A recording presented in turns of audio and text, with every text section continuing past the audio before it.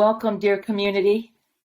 I am Lori Hanau, the founder of Global Roundtable Leadership. Thank you so much for joining us for the 4th episode of the Roundtable Dialogue. This is a very special day for me and a special conversation with our partner, client, and most importantly, a member of our soul family, Chief Robert Joseph. And we'll be discussing Namwayut and who knows where spirit will take us today. We'll see. Before I introduce Chief Joseph, I want to say to you as a community that 2 weeks ago, Chief Joseph and I were going to be in dialogue. And I know that many of you had signed up.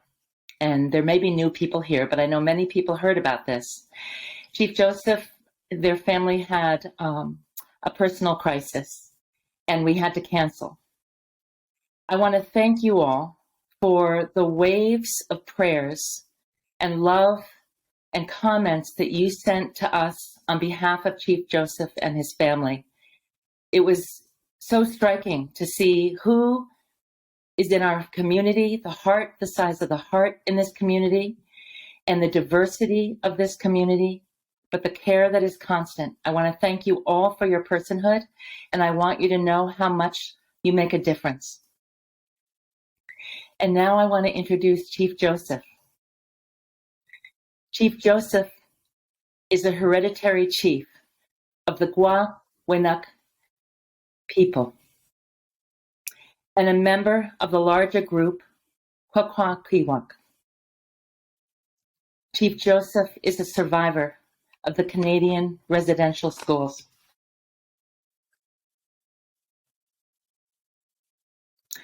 Excuse me. He is the founder of and the ambassador for Reconciliation Canada, where his daughter Karen is the CEO. He has received countless recognitions, including being the 2016 winner of the Indspire Lifetime Achievement Award, the highest Indigenous award in Canada.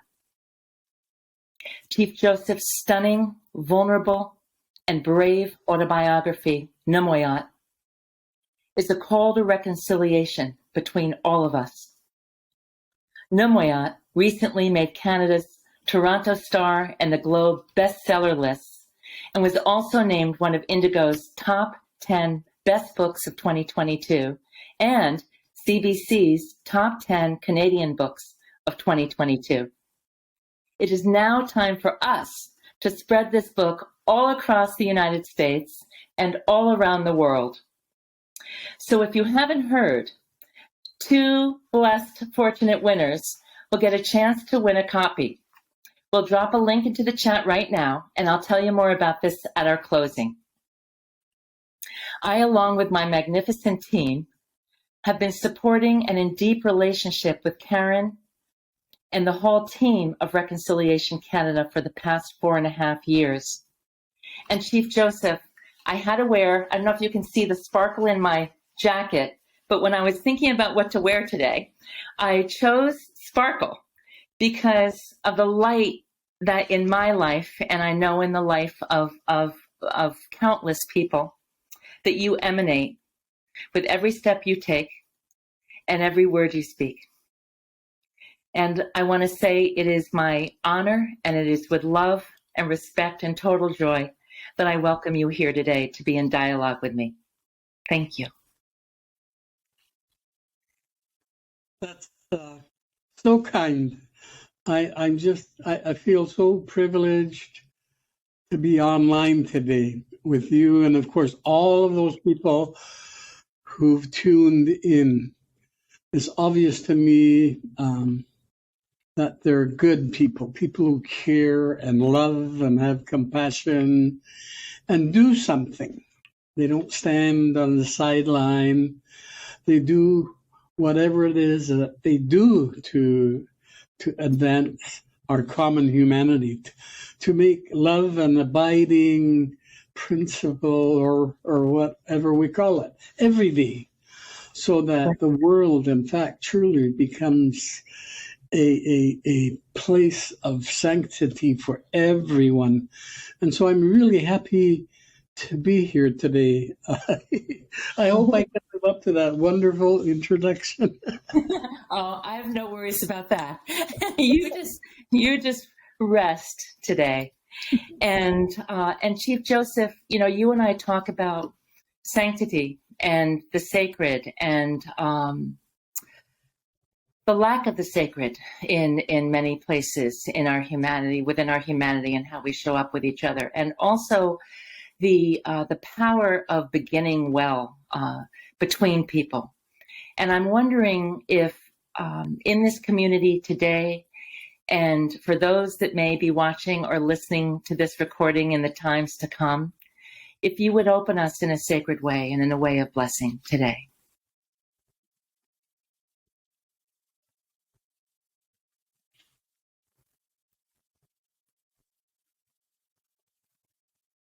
Were you able to hear me, Chief Joseph? No, I'm sorry. I was. I didn't hear the last part, but I think I get it. So let me repeat that then. Okay. I'm wondering with the power of opening in consciousness and in a sacred way. I'm wondering if you'd open us today in prayer for this community and for those that may listen or watch in the times ahead. Thank you. I speak Kwakwala. There are very few of us left who speak it, of course, and we're trying strenuously to say the language. So I'm going to say this prayer in Kwakwala. And the very first person I heard praying in Kwakwala was my granny. I write about her in the book, and she's my hero forever. And she taught me and my other siblings and cousins about how precious we were. And at the same time, she always spoke about how precious we all are. And that she prayed for this unity among us all, that we grow in love, and that we would all find purpose together, grow it out together. And as the chips fell, we began to slowly discover our individual reasons for being here. And one of the greatest lessons I learned from my grandma was this. She said in Kwakwala, "Keosit lagin igasa wajid. I am worth nothing, my monumental one." There'd be a pause, and then she would say, "If you were not here." And I think that what she was saying, not only to her grandchildren, but to all of humanity, is that all of us are worth less if we're not together. So I think unity and togetherness and the collective is an important idea. So I'm just going to say a brief prayer in Kwakwala. I'm going to ask the Creator to be with us, to open our hearts and minds to see and hear each other, and to take away whatever it is that we need to take away from our discussion today.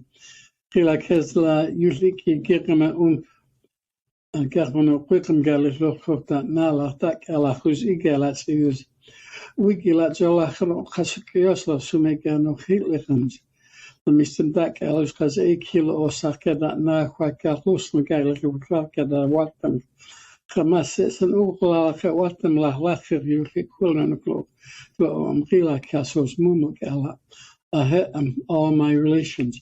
Amen. Thank you, Chief Joseph.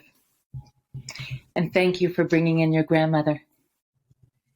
And your book, I just want to show your book, Namwayut, and ask you, what does Namwayut mean to you and to your people? Namwayut is so profound, and yet it is so basic and simple. It was a word, a salutation when we met each other. Namwayut, greetings, my relative. And then, but I didn't realize it early on in my life, but it also meant when my grandmother said it in prayer, that she was acknowledging the relatives, the family, and other human beings to whom she would encounter. But it also was the same greeting to the day, to the universe, to the animal world, to the spirit world, to every dimension of the universe. We believe fiercely that everything was interconnected, and we were all one indeed. The universe is one God, one universe, one love. And it was such a profound word that if we began to use it just at its basic level and then outward, we would grow this sense of sanctity, although not understanding that then that it was a small part of a developing of our spiritual selves or spirituality. And so it became really important as an everyday greeting, but as a touchstone for living out your very best self, your very best, highest consciousness. And it took me a long time to put it all together. And I remembered my granny's words and other elders, of course, and recognized that all of the words that were ever verbalized were associated not only just to the moment, but to other times before and after, and to everybody and everything. And that we needed to have this consciousness that says we better take care of each other, but everything around us, the environment and everything else around us, so that we do. And it's part of the indigenous sort of perspective around balance, harmony.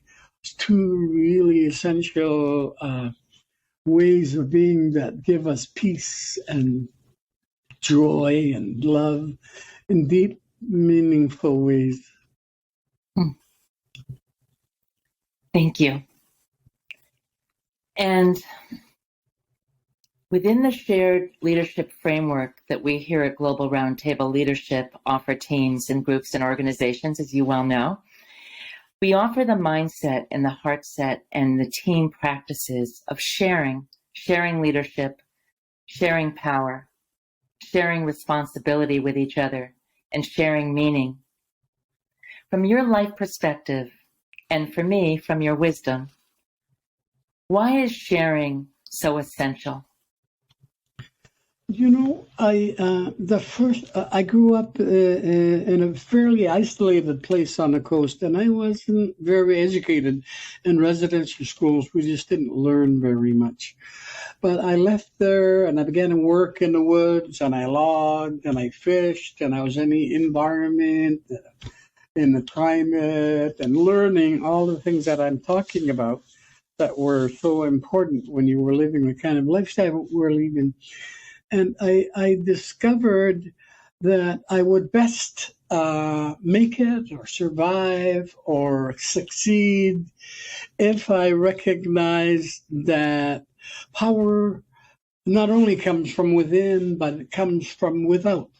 From your mom, your dad, your siblings, your uncles, your relatives, your friends, your peers, your other professionals.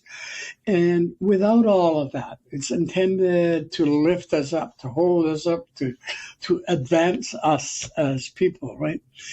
But at the same time, I began my first job away from the North Island when I first came out of the woods. And I worked with a huge tribe in the interior. And I wasn't sure what my job was. I went to my first band council meeting, and I heard this old chief, and he said to his band council, whatever has happened to us. One time we had our own gardens and we had farms, and the young people logged and others fished. Everybody was engaged. He said, what happened to us? And that burned into my mind, to my soul.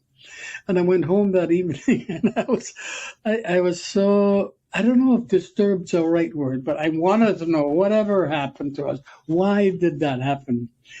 And I thought about it and I thought about it. And I suddenly came to the conclusion that my very first obligation to others around me for whom I was sent to be of service was to find ways to empower others to be themselves, to exercise the fullness of who they were, their capacity and training and life learning or whatever.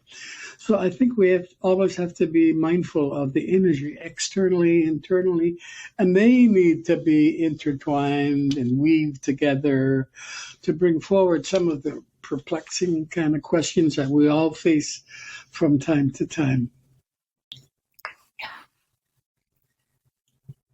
You know, I don't know if there's been a team meeting that we've been in with you.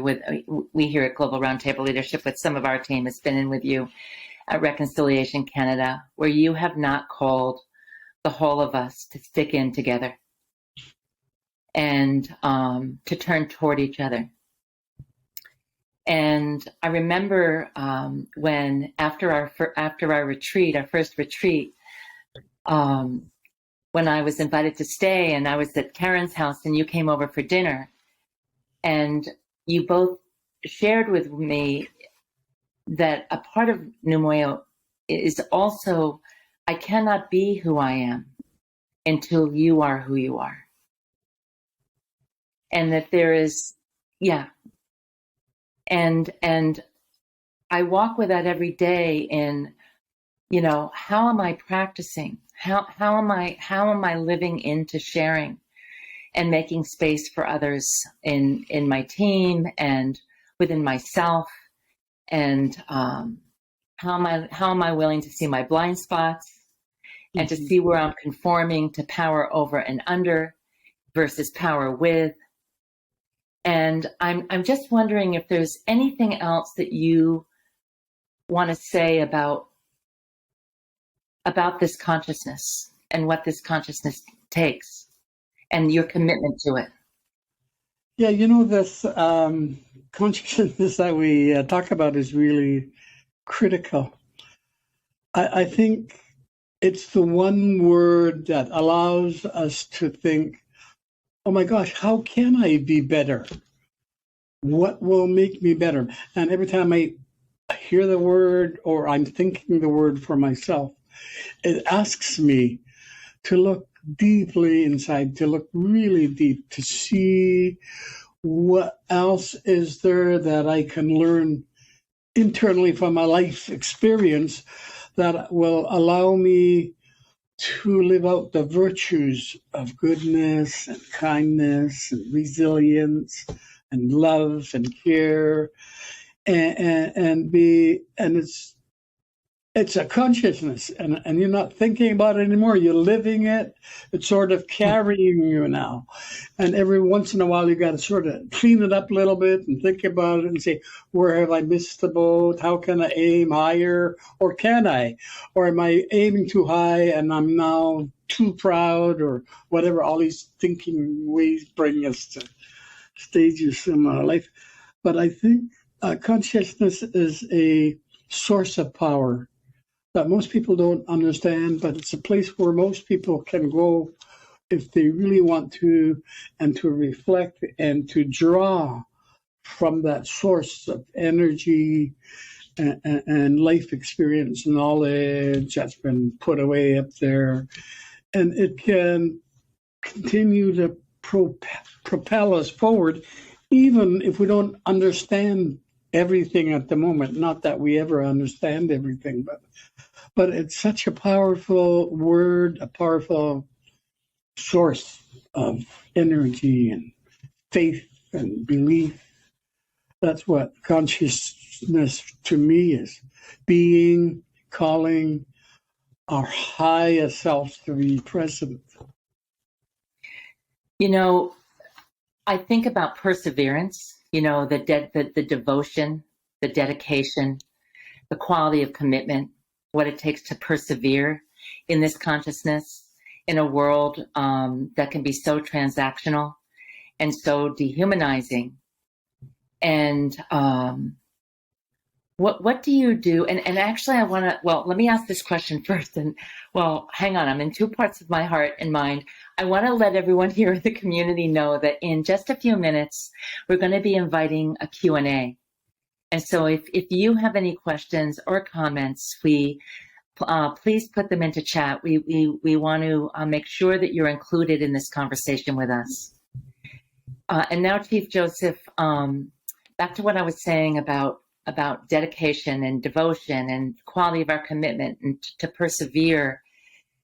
And how often in the workplace, anything sacred is made the language of woo-woo, like, or this kind of threat if there's any sense of spirituality, which really is about to me, it's about the depth of our caring, like, and what do you do? Like, how do you keep yourself heartened?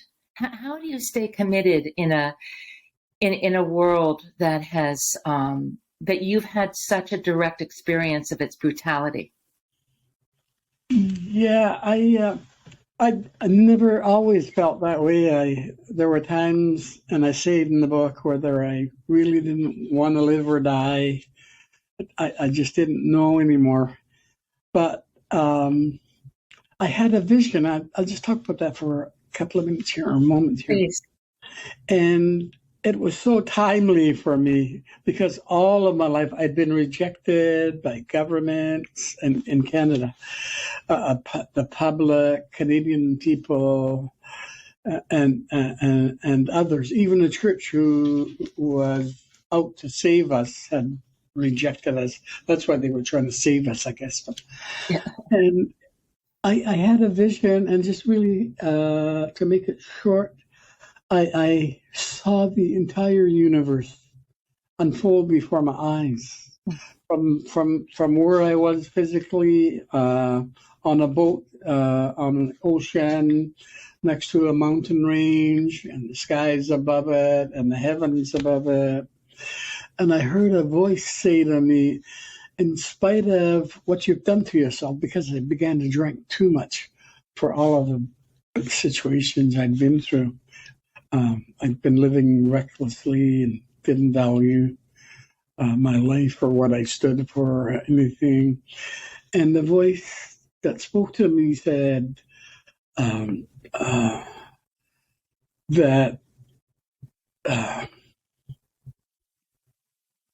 how did it go now? Essentially reminded me that whatever I'd been gone through, whatever I'd done, however low I had become, that this voice said that he still loved me. This voice said, I love you, and he added, and you're a part of all of this. And I remember the different parts of the vision of the elements, and then looking into the heavens, and then hearing this voice. And I don't know how long that went. Of course, I was not really conscious, I don't think. Yes, well, you were in another dimension. Yeah.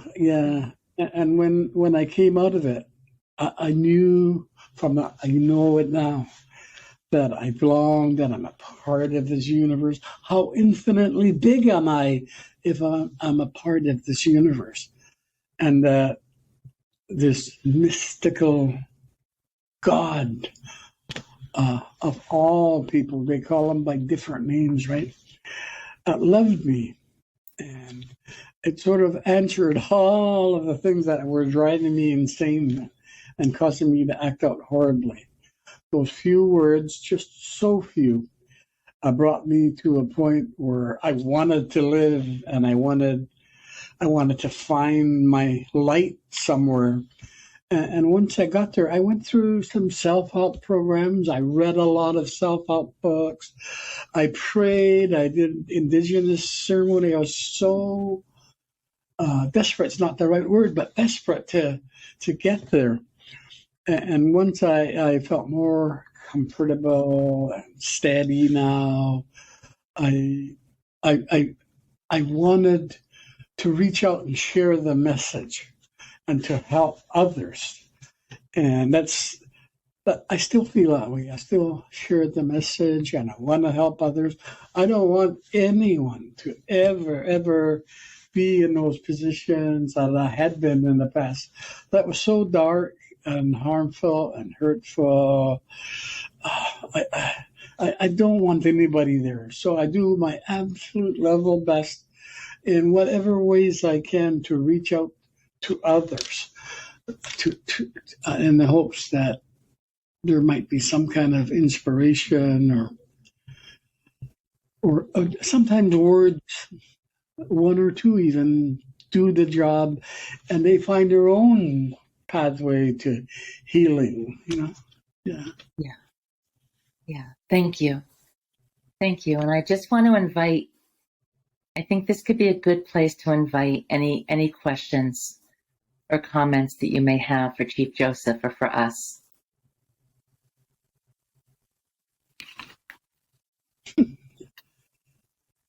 I'll see.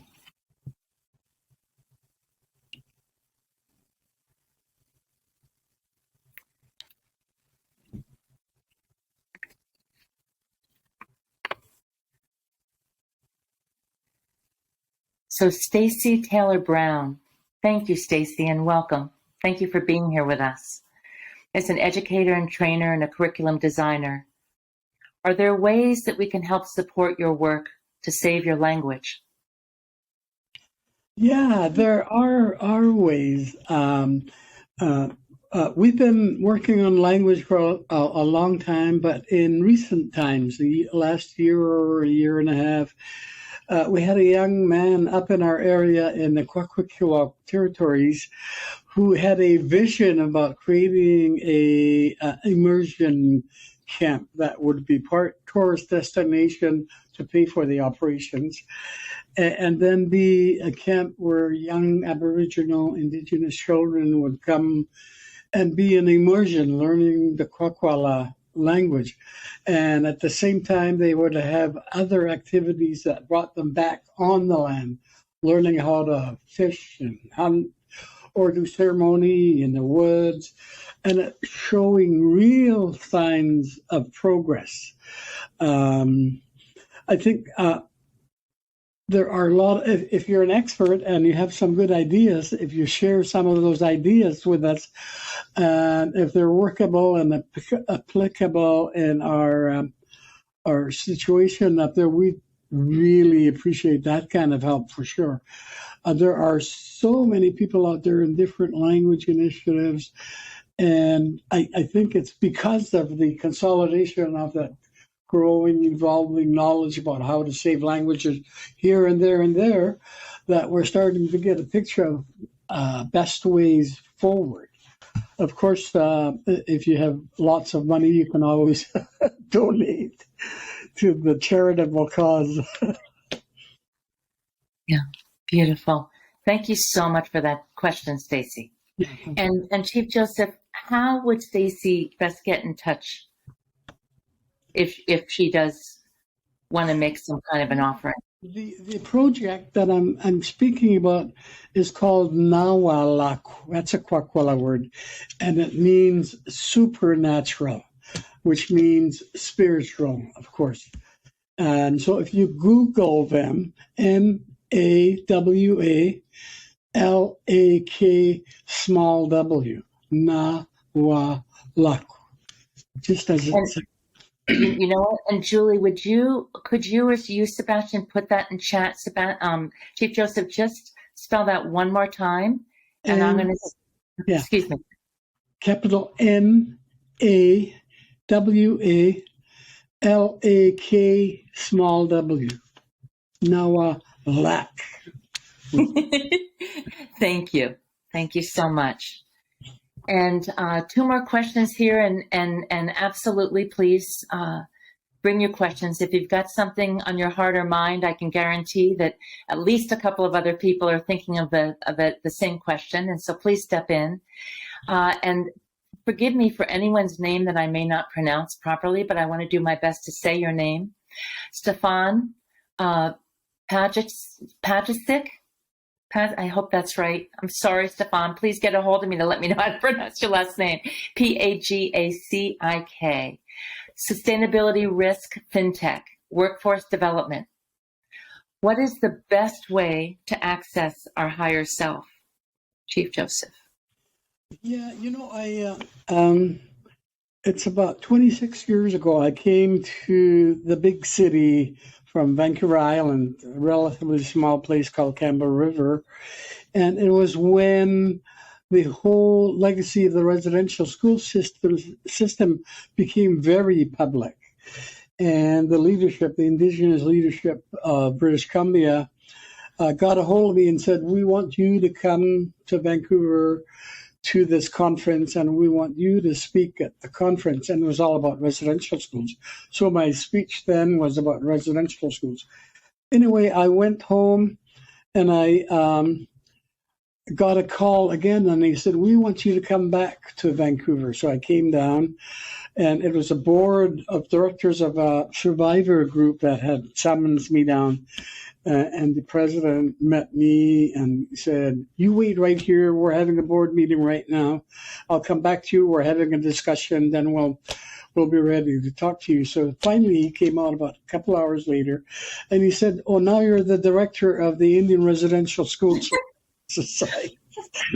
So it was one of the few survivor societies in the entire country. Wow.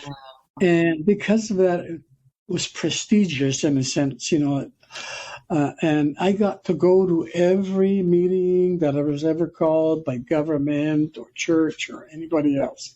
But more importantly, I began to attend circles of survivor healing projects, and some of them were integrated with those other groups I mentioned. And I began to learn really quickly, really early, that survivors wanted these healing circle meetings to be safe, to be spiritual, and to have the power of spirit of healing be a part of it all. And I realized that the way to do that would be to apply protocol. At every beginning of a meeting, you say a prayer, you smudge, or you tell a story, something that lends to the idea that we're fostering sacred ground, sacred space.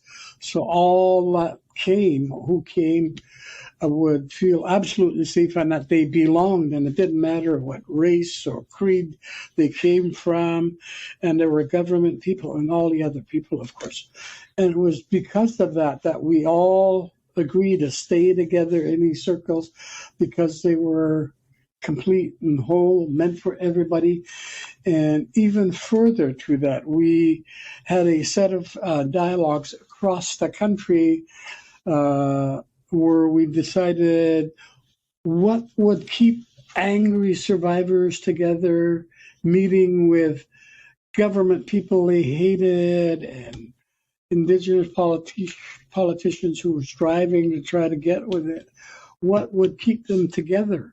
And we had these meetings across the country, and the very first meeting was acrimonious. People pounded tables, pointed at each other, and then we moved on to the next meeting across the country, and the tone changed, and we moved again, and people were starting to cry and really share, and we moved again, and people were starting to embrace each other, talking about forgiveness and apologies, and they were actually seeing that there might be some things that could be done, but what would keep us together? So it's really important to identify in the front end of all of the sacred kind of significant work to determine what will keep us together. Faith is so important. Spirituality is so important. Believing in something together is so important. And we just kept developing those little steps along the way. And eventually this country ended up with a Truth Commission. And now that Truth Commission's been in play for 7 years now. And this Canada is changing as we speak for the better. We got a long way to go. Probably most of you on this call know that reconciliation is forever. It's a life way, every day that we all live. We got to strive to be our best, our highest consciousness, to love and to care, to have compassion, like I mentioned before, and to be generous and forgiving and conciliatory and wanting everything for all of us together. So there's no bigotry or hatred or racism. I think the whole world kind of needs the process that we're just slowly developing in Canada. And I'm sure there are other parts of the world doing it, but for all the other, we all should be thinking about how can we be better together moving forward, you know? Yeah, and thank you so much, Chief Joseph, for the depth and substance of your response. And Stefan, I'm being sparked by your question and also by Chief Joseph's response. And in my experience, for me, it's a commitment to be whole, even though I rationally may not know fully what that means, but I feel like my deeper, mysterious self knows. And it's a commitment to live into myself in a way that is authentic and true and not abandon myself. And it is a commitment to trust and love and respect of myself and then of all of life. And the practices of being out in nature for me, of being quiet. Sometimes in all the noise, I need space and quiet to access my higher or better or deeper or fuller or truer self, all the different ways that we can speak to this. And I think it's honestly in the purity or maybe even the bravery, but the truth of the commitment. As Chief Joseph says, one of the practices that we offer teams and is this practice of reconciliation. It's that we're committed as a team to leave the better for having been together. And how do we check in on that, at the end and go around and say, what has been good here? What has been healthy here? So I think that there's your question for our self, our one self. And then as Chief Joseph responded to that, and also to a group, our higher selves together is everything that Namwayut and reconciliation and sharing leadership and sharing power and sharing responsibility and meaning is about. It is a lifelong commitment. And when we offer our guiding principles or our practices, some people will say, well, aren't these aspirational? Aren't these aspirational? I'm like, well, yes, they're aspirational too, but this is a day-to-day practice. And Chief Joseph, I so appreciate what you said about when you were starting the reconciliation conversations across the country. And this reminds me of like how you always say to us as a team, like stick in together because, right, if you had abandoned or stopped when it was tough, but something happened, not just in one group, but in your commitment to go across the country, that something started to happen to the larger social field of this consciousness, right? And that there was more understanding over time, that there was more ability to cry together, to wail together, to hold space for each other's pain. And I'm so taken with how quickly we can become mobs, even as teams, in the workplace or any place that we are, where we spend most of our waking hours. And what does it mean, as you have said, Chief Joseph, to forgive, to find our humor instead of our anger, to be kind and generous and open. And these are daily and minute by minute practices. And I'm so heartened that over and over and over again, as you have found, Chief Joseph, over and over and over again, when teams practice this way of being, they come into the understanding of the power of our humanity everywhere, in the workplace, in after any extreme suffering, like just the power of what happens, the knowledge and the grace and the dignity and something that is unnameable that becomes available when we are good to each other and when we stick in together. One of the other things I want to mention is just reminding everybody the power of one's story, the power of our collective story. A long time ago, in the early 1900s, a number of our old chiefs were jailed for participating in the potlatch, in culture, right? And eventually there were 46 of them charged with offenses, and about 26 of them actually went to jail and spent a few months in Ocala prison. But long after I became a young man, I wasn't born when these people suffered their experience, but I watched the documentary of this old man, and I can just see him now. And he was saying on the documentary that everybody on earth has a story to tell. So all of you on this screen today, on the call today, you all have stories to tell, and your stories are all special. Obviously, you've learned how to be good, decent human beings. You're not just striving for yourselves, you're caring and you want to share. And so it makes your stories even richer. So whenever you get the chance, tell your stories, break down the walls of isolation and the other things that bring up those walls, like hatred or misunderstanding or prejudice or whatever. Tell your story, share your story. And I know that's how we learn from each other.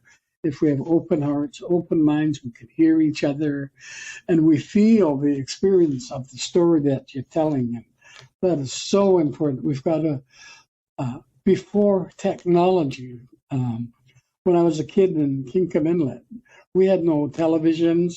Maybe one or two families had a radio. We had to talk to each other or listen to Granny or listen to others in a family. We've got to have those kind of connections to each other that allow us to create deeper understandings of ourselves and others. Like that. And then that's what transforms everything, is that understanding. Yeah. Oh my gosh. Thank you, Chief Joseph. So elemental, so fundamental. And again, the sharing of what makes us human. And I'm thinking about even, at Reconciliation Canada and the team meetings and in other places that we host or, show up with teens, that the going around first, as you said, the opening in prayer. And even if that doesn't, if for whatever reason there's a, in a team that doesn't feel comfortable, but you can still say, what's a hope or a prayer? What's a hope or a wish or a prayer that, we have for ourselves today, or that we have for each other. And then going around, just going in that circle before we start the transactional or the other business that we need to get to. But when we begin by leading with our humanity before our roles and status and expertise, even in any group or place in the workplace, that when we start that way over and over and again, Chief Joseph, right? Like the stories, like what inviting, if you even in your teens, each day, this is what we do at Global Roundtable Leadership when we meet on Mondays for our weekly meeting. Somebody will volunteer to open us up and close us. And they'll ask us a question.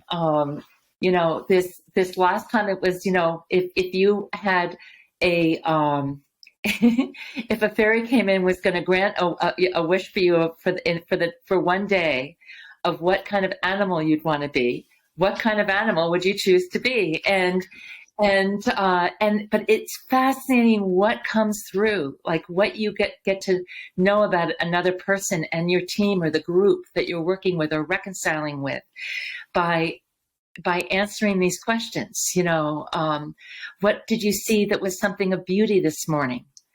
Where have you been inspired in your day? What ancestor is an ancestor that is a role model for you? What is your favorite land or place to travel?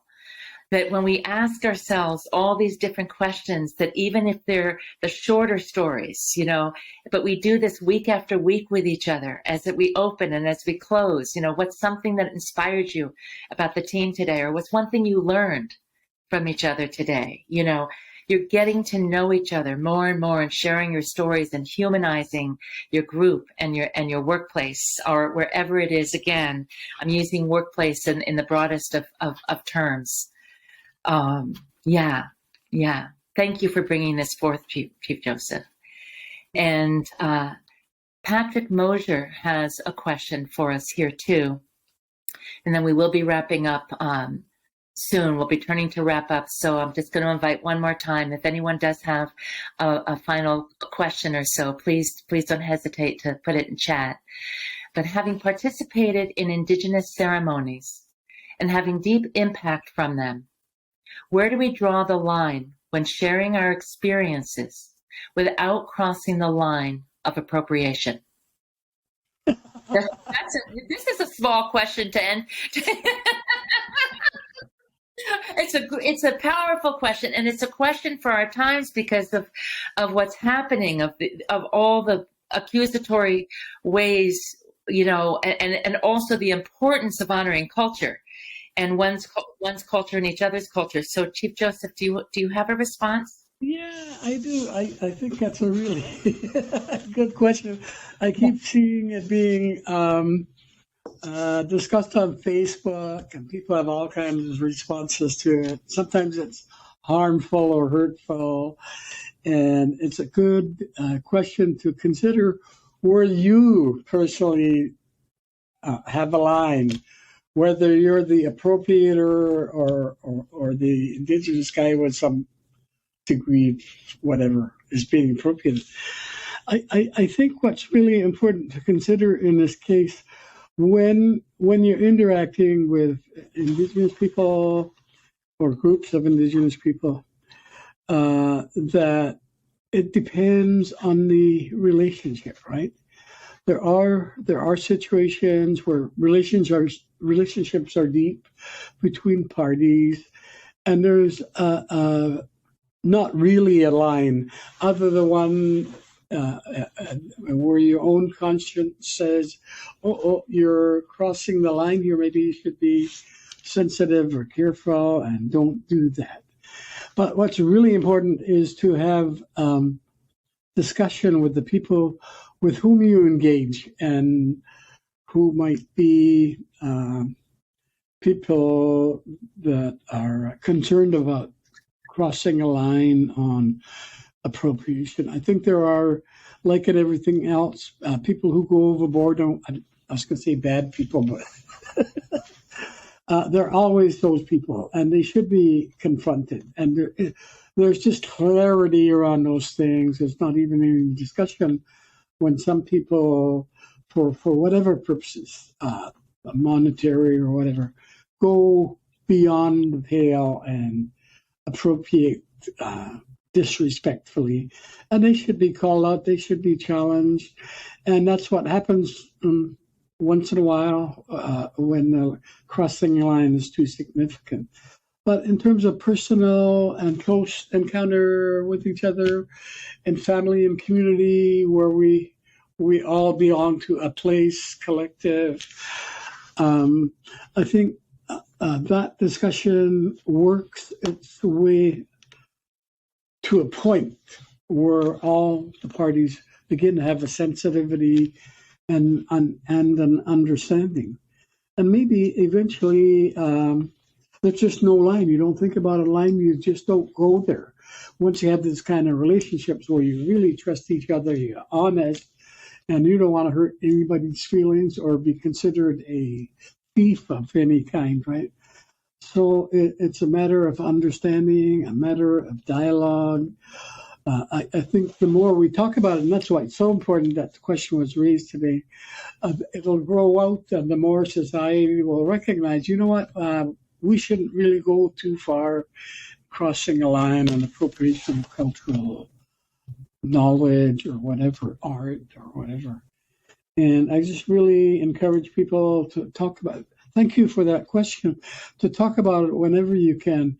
And the more people talk about it, the more of an understanding we're going to have with each other mutually. Yeah. What is and what is not in good taste, you know? Yeah. To talk about it and to be brave and vulnerable, to ask if there's a sense of having overstepped, you know, to ask right, like, you know, I've done that with you and Karen, you know, like, you know, because that's a part of learning and growing and sharing. It's another way of sharing is learning with each other, you know. Yeah, I think it's slowly changing even as we speak. When I was younger and I was involved culturally, I used to take note of all the experts on Kwakwaka'wakw culture in particular. And they were doing all the talking and doing all the representing of our culture. And there were people like me who were upset and angry. But the more we talked about it between all of us, the more the transfer of responsibility for who should talk about it or who makes the proclamation of outright ownership becomes obvious in the understanding that grows from talking about it, right? Yeah, so it's really important. Yeah, it sure is. And there are two more questions that I would love to get to. We'll see how we do. We have about 6 minutes left before we turn to close. I want to allow a couple minutes for the close. And Chief Joseph, I'd love when we go to close, I'll go back to mention about the book again, the giveaway, and then if you'd be open to it, I'd love you to have the last word. But these two questions, one is from Darby Hobbs, and hello, dear Darby. Hello. Chief Joseph, this is from Darby. Chief Joseph, thank you for bringing such spirituality to us today. You mentioned early on in your book that your grandmother told you to love yourself before you could love others. If you had to draw what that looks like, how would you illustrate that message? Yeah, I said earlier, my granny was my superhero, right? Like she just absolutely loved with abandon so fiercely.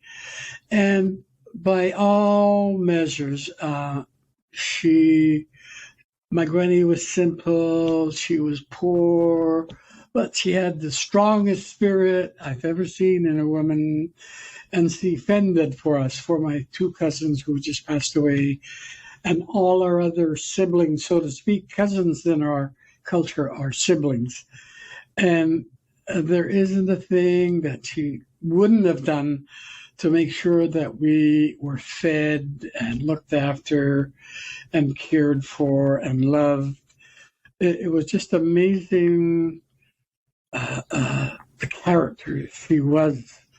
And I think if we can be like my granny and we live out the absolute to the highest way, the ideals that we have for ourselves or for others. And it's not a creed that we recite on Sundays. It's a daily spiritual guide about who we want to be so that we work toward that every day, every hour, with everyone and everything. And if we can do that, I think that would spread around the world, and this would be such a gentler place. I really think a lot about Ukraine every day. I think about Ukraine, and I just can't imagine the horror of the lives of Ukrainians living under that siege.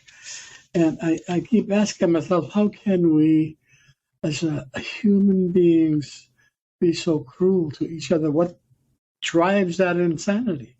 And I think it's really because we lost sight of the basic idea of love, that we do no harm to ourselves or to anybody else. In fact, we do everything that we can to hold each other up and to lift others up. And for me, my granny did those things every day without even a lecture or a sermon. She lived that life, you know. So now I'm seeing her drawn as a superhero with a heart the size of galaxies. And okay, I hope my team and everyone out there forgives me. I'm going to ask just one more question because I know that this question is near and dear, very important to Chief Joseph, and then we will turn right to close. This is from Scott Edward Anderson. How is the next generation doing with Indigenous knowledge, language, and life ways? You know what? That is the most exciting thing going on right now. It's going on right now. The young people are brilliant, they're curious, they're committed, and they're making themselves informed of the issues, and they're actually activists in their own ways, different ways, some in the language program, some in economics. Just so many things happening around the country with young Indigenous people that I'm not ever anymore worried the way I used to be. I know Chief Tom Dawson worried about me and my generation, and he had lots to worry about because we were a long way to go. Of course, we still have a long way to go, but these young Indigenous people are aware. So that's a really huge step, to be aware and then to care and then to do something. And they're all in various phases of those three things that I mentioned. It's really exciting. Beautiful. And thank you, community. Thank you so much for your presence with us today. And Chief Joseph, thank you so much. And I will turn back to you in just a moment. But thank you for your time and your care and your generosity with us today, Chief Joseph, especially with all that I know is in your life right now. And if this was your first time joining us, we hope you'll listen to the first 3 parts of the Roundtable Dialogue series. And the purpose of this series is to hear from people like, well, there is no other Chief Joseph, but to hear others in their authenticity about getting real to what it takes and what becomes possible when we share leadership and power and kinship. And we'll be dropping the links in the in the chat box for you to check out. And then don't forget, you still have time to enter our book giveaway for just the next couple of minutes for your chance to win a copy of Chief Joseph's new book, Namwayut. We are giving away 2 copies, and all you need to do is enter your email in this form, and our team will notify the winners. My best to you with that. And now, Chief Joseph, if you would close us out in prayer in a sacred way, that would be, I know we would all appreciate that so much. And before you do, I just want to say, I can feel the pulse of this community, and all of us send you back 1,000-fold. May you continue to receive 1,000-fold all the goodness and all the love and care that you give with such dedication. Thank you. I've been so honored to be with you all today. One time, nobody cared, nobody heard me. I had no voice, I had no power. And when I get the opportunity like this, it really, really deeply moves me to be here, to be heard, first of all, but to share some of the ideas, maybe their values or principles that I've learned along the way that keep me inspired.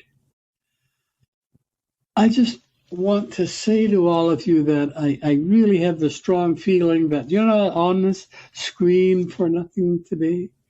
Something brought you here, not just to focus on this process, but something about you that indicated the quality of your heart and soul, your care and your love and compassion and the desire to help others. That's so important.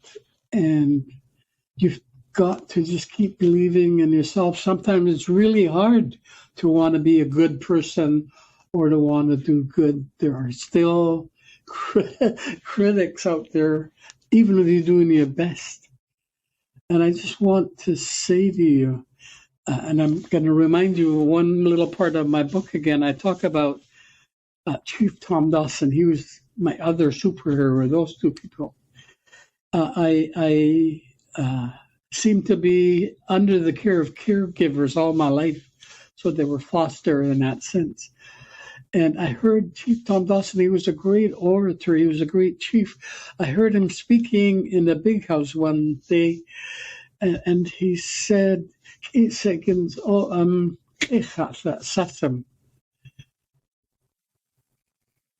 my children, we are more than driftwood. We are more than driftwood. We all have purpose. All of you have purpose. I never forgot those words. And every time I've thought about them for my own life, I have a purpose or some purposes maybe.